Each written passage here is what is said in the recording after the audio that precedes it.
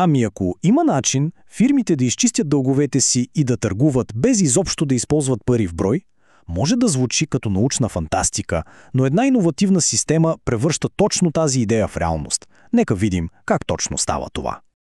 Точно този провокативен въпрос е в сърцето на всичко, за което ще си говорим днес. Една идея, която има потенциала да преобърне представите ни за стойност, дълг и търговия. Ето и нашия план накратко. Първо ще разгледаме проблема – паричния блокаж.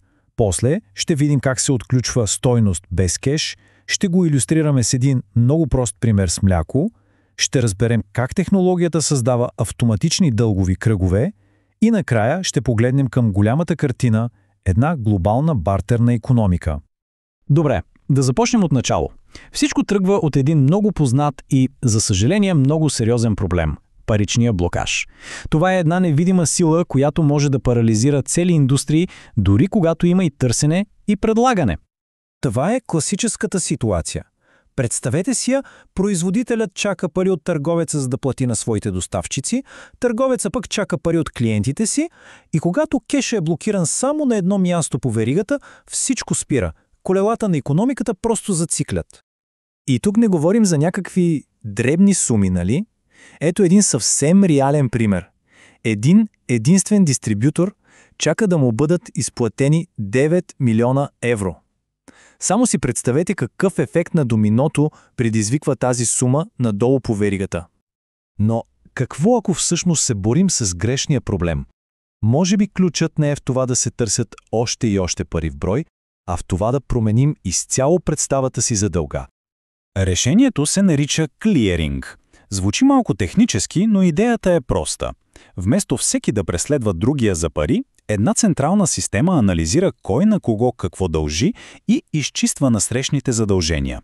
Това не е прост бартер, а по-скоро сложна паяжина от сделки, които се уреждат едновременно, без да се движат пари. И ето тук е гениалният момент. Дългът, който някой има към една фирма, спира да бъде пасив, нещо, което просто чакаме да бъде платено. Той се превръща в актив, който може да се използва. И то веднага. Това право на вземане се превръща в нещо като дигитална валута, която може да се прехвърля. Звучи абстрактно, нали? Нека го направим кристално ясно. Ще използваме един съвсем прост пример, за да проследим пътя на млякото от един дистрибутор, да го наречем Георги, до рафта в магазина. Добре, да минем през стъпките. Първо, Георги продава мляко за 12 000 евро. Второ, магазинът му плаща веднага в кеш само неговата печалба, тези 2000 евро. И тук идва ключовия момент в стъпка 3. Останалите 10 000 евро вече не са просто дълг, а прехвърлимо право на вземане. След това, в стъпка 4, Георги използва това вземане, за да се разплати със своя доставчик. И накрая, служителите на доставчика могат да използват тези дигитални пари, за да си купят храна от същия този магазин.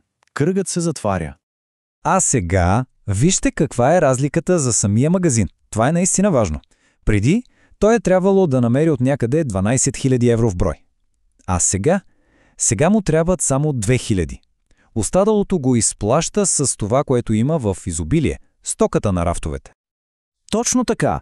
5 пъти по-малко напрежение върху паричния поток на фирмата. Ами, това е огромно облегчение. Освобождава се капитал и бизнесът може буквално да си поеме дъх. Примерът с Георги беше чудесен, за да разберем принципа. Но истинската магия се случва, когато този модел се приложи в голям мащаб.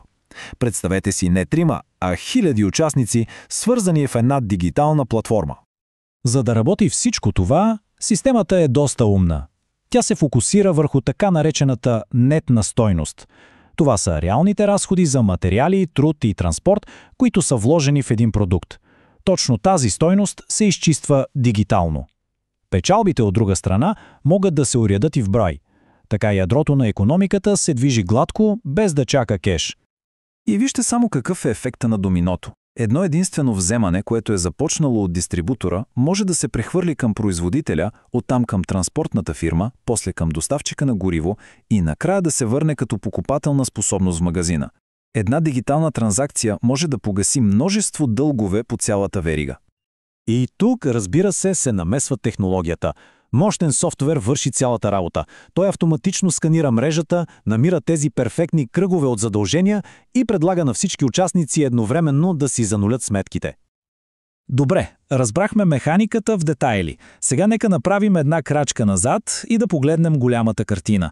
Какви биха били дългосрочните последици от такъв модел за глобалната икономика?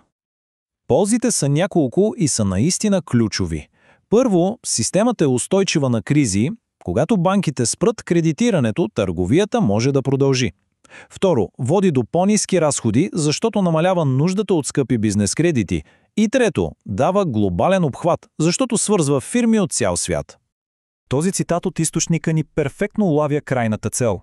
Когато достатъчно много хора и фирми приемат тези дигитални вземания, те започват да функционират като истински пари, които обаче са обезпечени не от централна банка, а от реални стоки и услуги. И така, ако трябва да запомним само едно нещо от всичко това, то е следното. Един блокиран, на пръв поглед безполезен дълг, се превръща в нещо живо. Превръща се в ликвиден дигитален актив, който става гориво за икономиката. И завършваме с един въпрос, който да остане да витае във въздуха. Какво би се случило, ако този модел се приложи в световен мащаб? Може би сме на прага на една наистина фундаментална промяна в начина, по който работи търговията.